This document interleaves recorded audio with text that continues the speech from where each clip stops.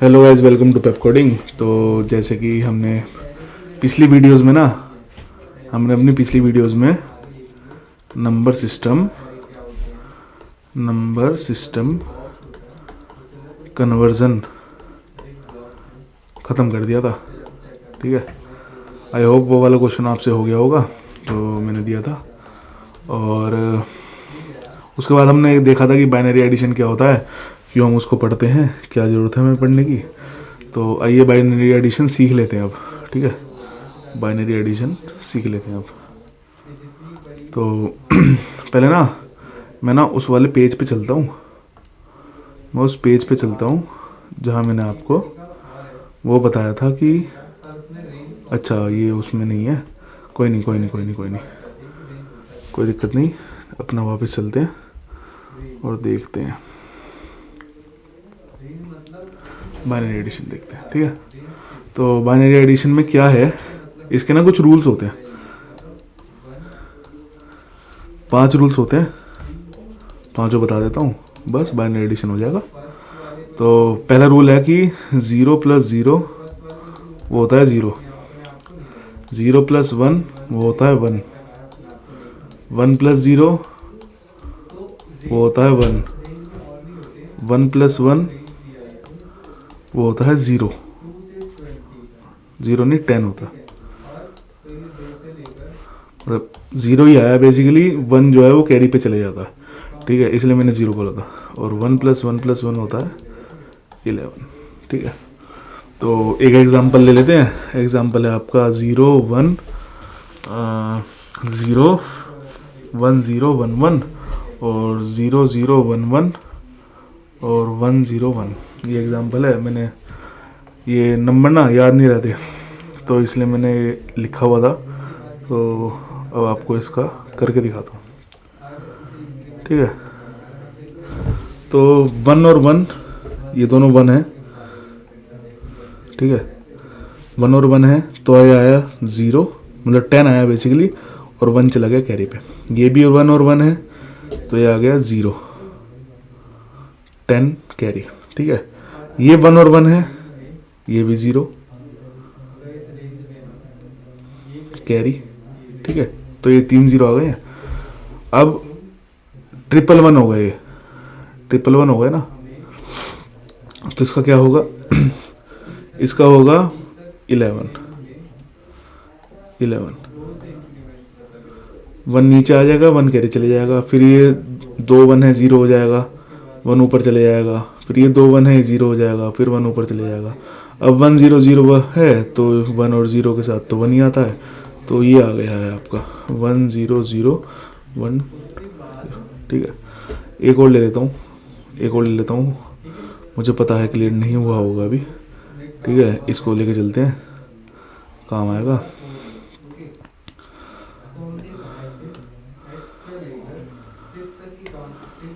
ठीक है, एक नंबर और ले लेते हैं कि 1 0 1 1 0 1 1। ठीक है, और 0 1 1 0 1 1 0। ठीक है, ये नंबर है। हमें इसको करना है ऐड। तो 1 और 0 क्या हुआ 1। ठीक है, 1 और 1 क्या हुआ 10 हुआ, तो 1 कैरी आ गया। फिर 1 और 1 हो गया, तो फिर 10 हुआ, 1 कैरी आ गया। 1 और 1 हुआ, फिर 10 हो गया, 1 कैरी आ गया।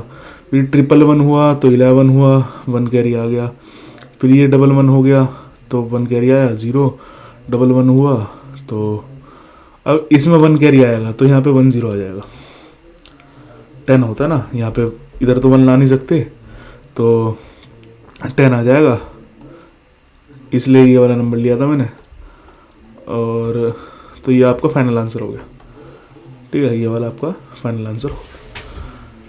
तो आई होप कि बाइनरी एडिशन भी आपको क्लियर हो गया होगा। बस इतना ही है कि आपको ये 5 रूल हैं, हार्ड एंड फास्ट कोई रूल नहीं है, ये आपको याद रखने हैं। तो आई होप ये चीज़ आपको क्लियर हुई होगी। अब चलते हैं हमारा लास्ट टॉपिक है इस चैप्टर का, डाटा रिप्रेजेंटेशन का, वो है कैरेक्टर स्ट्रिंग रिप्रेजेंटेशन। तो देखो, जो हमारा कंप्यूटर है ना, या जो भी मशीन है, मशीन, जो भी कह लो।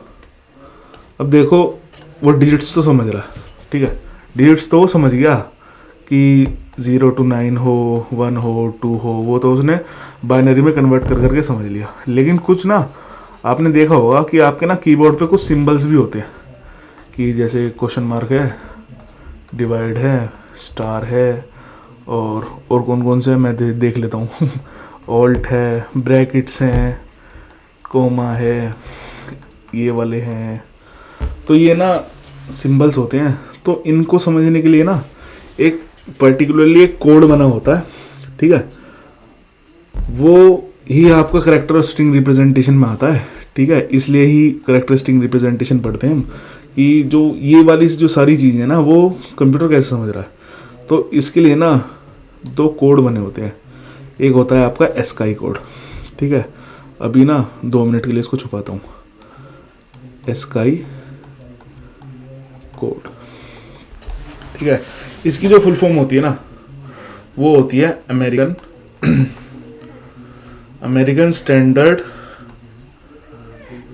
कोड फॉर इंफॉर्मेशन एक्सचेंज, ये इसकी फुल फॉर्म होती है। और ये ना 7 बिट कोड होता है, 7 बिट कोड होता है। कि मतलब 7 बिट कोड का मतलब क्या है कि 2⁻7 यानी कि 128 कोड्स होते हैं इसमें, जो कि पॉसिबल होते हैं किसी भी चीज़ को रिप्रेजेंट करने के लिए, ठीक है। अब आते हैं इस पे कि ये क्या था। देखिए ये कुछ ऐसा था कि जो ए है ना, ए उसका एस्काई कोड ये वाला है, बी का एस्काई कोड ये वाला है, सी का ये है। तो मतलब हर कैरेक्टर के लिए अलग अलग कोड हैं, डिजिट्स के लिए भी कोड हैं, ये ब्लैंक जो स्पेस हम दबाते हैं उसके लिए भी कोड है, डॉट के लिए कोड है, रिटर्न के लिए कोड है। मतलब लैपटॉप में जितनी भी चीज़ें ना उन सब के लिए कोड है, ठीक है।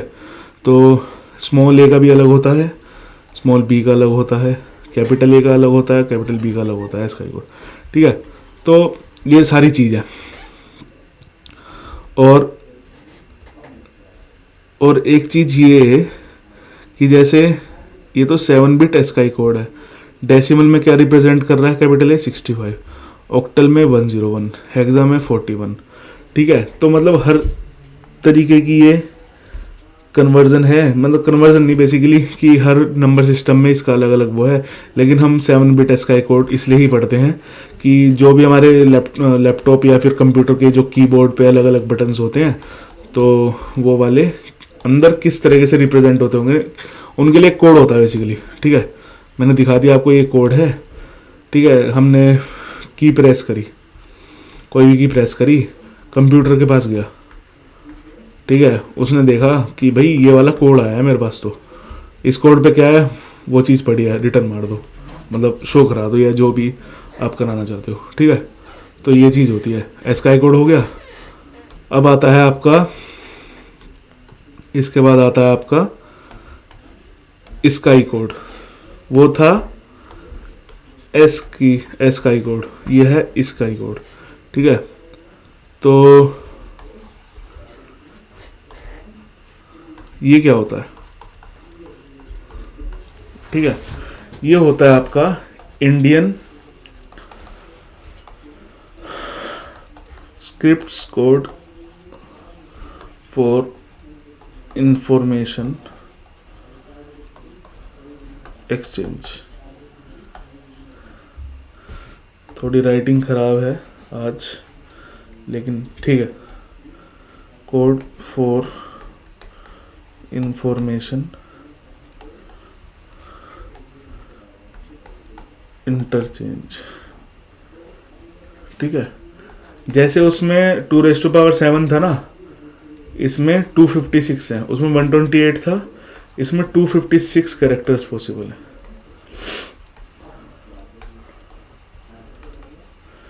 एक एग्जांपल दे रखा है, एक एग्जांपल दिया हुआ है, ठीक है। ये ना हिंदी जो देवनागरी है, जो लिपि होती है, आई गेस, मेरे को पता नहीं है इतना इसके बारे में, लिपि ही होती होगी जो भी, ठीक है।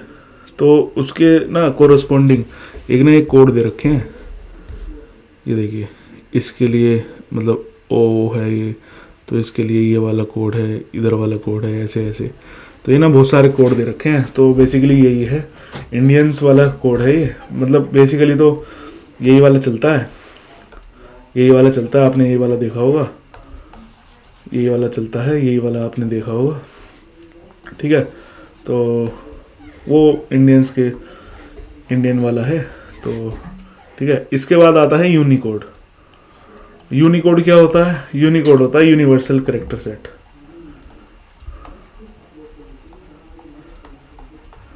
ठीक है, अब आपने देखा होगा जैसे काफ़ी जगह ना, मतलब जैसे एक जो हमारे जो दुनिया है वो क्या है, एक बहुत ही बड़ी, मतलब ये कह सकते हैं कि ग्लोबली डेवलप हो रही है, अंदर अंदर अंदर अंदर हो रही है। तो कुछ जगह ऐसे होता है जैसे ट्रांसलेटर टाइप होता है ना, ट्रांसलेटर टाइप। जैसे किसी आपने बाहर की कोई स्पीच सुनी होगी, बाहर स्पीच सुन रहे हो आप, फ्रांस की मान लो, फ्रांस या रशिया की स्पीच सुन रहे हो, ठीक है। तो साइड बाय साइड ना आपको एक ट्रांसलेशन मिलता रहता है, ठीक है। या फिर कह लो आप कोई मूवी देख रहे हो तो नीचे सबटाइटल्स आते रहते हैं, ठीक है। तो यूनिकोड वही होता है कि यूनिकोड क्या होता है, एक ना बेसिक यूनिवर्सल सेट दे रखा है आपको, यूनिवर्सल कैरेक्टर सेट है जो चेंज होता रहता है, ठीक है। मान लो परसेंट है, ठीक है। अब इंडिया के लिए कुछ और है वो, ठीक है। अमेरिका वालों ने कुछ और उसको वो दे रखा है। तो उन्होंने एक कॉमन दे रखा है, एक कॉमन दे रखा है, ठीक है, यूनिवर्सल। कि मतलब अगर इस वाले उस पर काम करोगे ना, अगर यूनिकोड पे काम करोगे तो हर जगह, अगर जैसे मान लो शुरुआत से ही ये चीज़ें बताई जाती कि मतलब परसेंटेज के लिए ना पूरी दुनिया में ये वाला कोड चल रहा है, ऐसे कुछ बोल दिया जाता, या कुछ भी लिख सकते थे कि परसेंटेज के लिए ना, ये तो मैंने एक एग्जाम्पल लिया है, ऐसा होता नहीं है कि परसेंटेज के लिए ना ये चल रहा है पूरी दुनिया में, और शुरुआत से ना ये बताया जा रहा है हमें। तो चाहे हम रशिया में होते या फिर दुनिया के किसी भी कोने में होते, तो परसेंटेज के लिए हम यही बोलते। अभी क्या पता कुछ और बोलते हो, अमेरिका वाले कुछ और बोलते हो, इंडिया वाले कुछ और बोलते हो, लेकिन फिर यही बोलते हैं। तो इसके लिए यूनिकोड बना रखा है कि हर जगह का वो कोड सेफ रहेगा, ठीक है। अब दो चीज़ें और हैं, दो इम्पोर्टेंट डेफिनेशन है। एक है आपका कोड स्पेस, ठीक है, और एक है आपका कोड पॉइंट। ये इम्पोर्टेंट है, थोड़ा सा एग्ज़ाम में पूछ लिया जाता है। तो कोड स्पेस क्या होता है? ये रेफर करता है कि जितने भी हमारे कोड्स हैं ना, refers to all codes that an encoding scheme uses to represent character, ठीक है। जैसे कि मैंने आपको बताया था, ये कैरेक्टर की स्पेलिंग गलत है शायद, पता नहीं मेरे को, मतलब पता नहीं क्या, मैं ध्यान नहीं दे रहा है स्पेलिंग्स पे। लेकिन जैसे मैंने आपको बताया था कि स्काई में होता है 128, ठीक है, और स्काई में होता है 256, ठीक है। तो जो कोड स्पेस है ना, वो यही चीज़ है कि कितने हमारे पास अवेलेबल है, ठीक है। अब आते हैं कोड पॉइंट पे। कोड पॉइंट क्या होता है? ये रिप्रेजेंट करता है single character from character set, ठीक है। मतलब बेसिकली ये 0 to 127 होगा, इतना तो मैं सोचता हूँ कि आपको पता होगा, ठीक है। अब ये है, तो ये क्या सिंगल कैरेक्टर रिप्रेजेंट करता है। एग्जांपल ले लेते हैं कि ए इन स्काई, ठीक है, ए इन स्काई। तो अगर आपको ये वाला दिखाना हो दोबारा, ये लिखा है मैंने कि ए इन स्काई, ठीक है। तो यही होता है कि ये सिंगल चीज रिप्रेजेंट करता है, और ये वाला जो कोड स्पेस होता है, दोबारा लिख देता हूँ नए पेज पे, कि जो कोड स्पेस होता है वो होता है total available spaces, total available, ठीक है। जैसे एस्काई में 0 to 127, और जो कोड पॉइंट होता है वो होता है सिंगल, जैसे कि ए इन एस्काई, ठीक है। तो आई होप कि ये सब चीज़ें आपको क्लियर हुई होंगी। तो एक बार ना उस पर चलते हैं, ये एक बार इस पे चलते हैं डॉक्यूमेंट्स पे, और पेज नंबर देखते हैं फर्स्ट, जो हमने पहले दिन देखा था इंडेक्स वाला। तो इंट्रोडक्शन हमने कवर कर लिया था, जिसमें मैंने आपको बताया था कि डाटा रिप्रेजेंटेशन क्यों पढ़ते हैं, नंबर रिप्रेजेंटेशन क्यों पढ़ते हैं, क्योंकि मैंने बोला था कि पढ़ने से पहले उस चीज़ की ज़रूरत क्या है हमें पढ़ने की। अगर हमें ज़रूरत ही नहीं पता होगी तो हम क्यों ही पढ़ें, आता है सबके दिमाग में, ठीक है। फिर हमने देखा था डिजिटल नंबर सिस्टम्स कि कितने टाइप के होते हैं, क्या क्या होते हैं, ठीक है। फिर हमने देखा था नंबर कन्वर्जन्स की 2-3 वीडियो, शायद 2-3-4 वीडियो हैं, जिसमें एक मतलब decimal to octal, octal to decimal, etcetera etcetera, बहुत सारे कन्वर्जन्स है वो, ठीक है। फिर हमने देखा कि बाइनरी एडिशन क्या होता है, पहले पढ़ा था, इसमें ही पढ़ा था कि क्यों पढ़ते हैं, फिर देखा क्या होता है। फिर कैरेक्टर स्ट्रिंग रिप्रेजेंटेशन हमने करा, इसके अंदर हमने एस्काई, स्काई और यूनिकोड, और एंड में कोड पॉइंट और कोड स्पेस, ठीक है। ये चीज़ हमने देखी थी। तो ये आपका चैप्टर 2 डाटा रिप्रेजेंटेशन ख़त्म हो गया है। तो आई होप आपको सब समझ में आया होगा। प्रैक्टिस करते रहिए। नंबर कन्वर्जन्स इसमें सबसे ज़्यादा इंपॉर्टेंट टॉपिक है। बाइनरी एडिशन के क्वेश्चंस भी आते हैं, लेकिन नंबर कन्वर्जन इसमें सबसे ज़्यादा इंपॉर्टेंट है। सो चलिए मिलते हैं। Thank you.